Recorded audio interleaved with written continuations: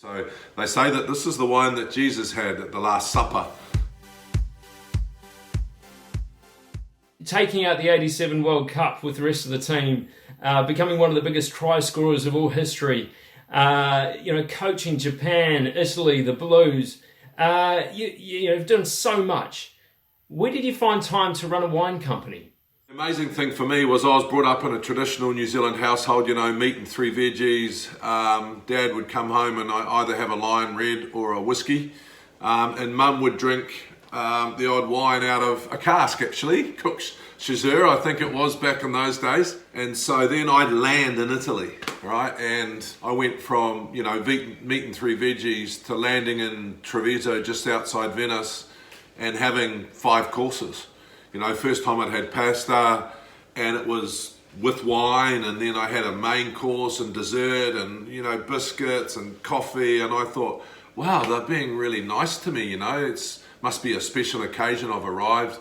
And then that happened the next night, and then the next night, and the next night. And it had absolutely nothing to do with me.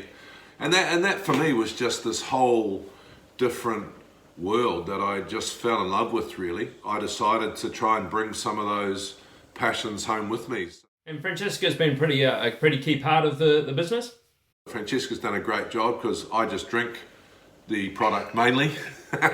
And good job. I've just about sent Francesca broke a few times by drinking too much, but no, she's done a fantastic job. I'm really proud of her. It's been great having you as part of the Winetopia events, and we're looking forward to seeing you again at the events later this year.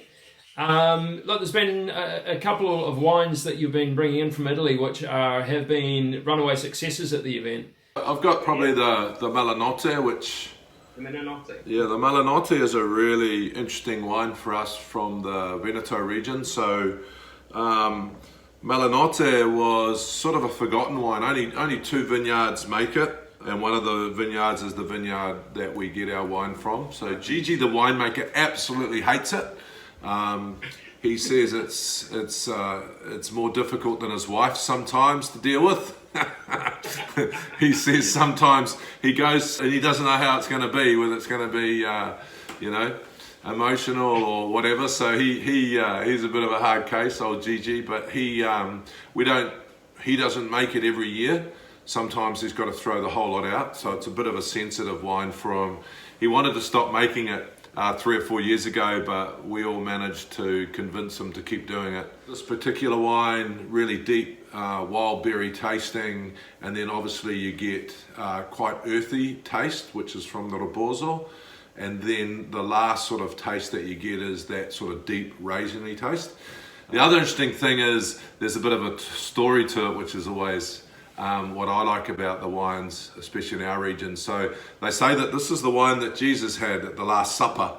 And we've sort of written, approved by Jesus Christ, we're pretty sure. And there's no one around to prove us wrong. And what about the Prosecco? Like I said, it's been a bit of a hit for the last couple of years as well. Yeah, well, Prosecco is an interesting wine worldwide. It's the fastest growing wine in the world, up until recently, obviously. But we also have just started bringing in, this is Ombre de Vin, and this is one of my favorite stories. So this is a DOC and really well priced. This is something that I would drink quite a bit of. I mean, Italians go into town and just have they call it an Ombre de Vin. And you can only have 2 Ombre de Vin.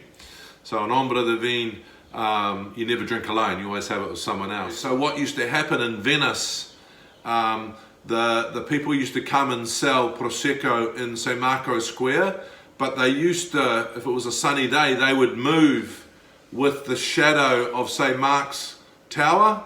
So that means ombre. That ombre means shadow of wine. So it's a shadow of wine. And so they would move their stalls to make sure that the wine stayed fresh under the St. Marco Square. So that's Ombre de Vin. And it's just a really easy thing to drink. Alcohol levels low.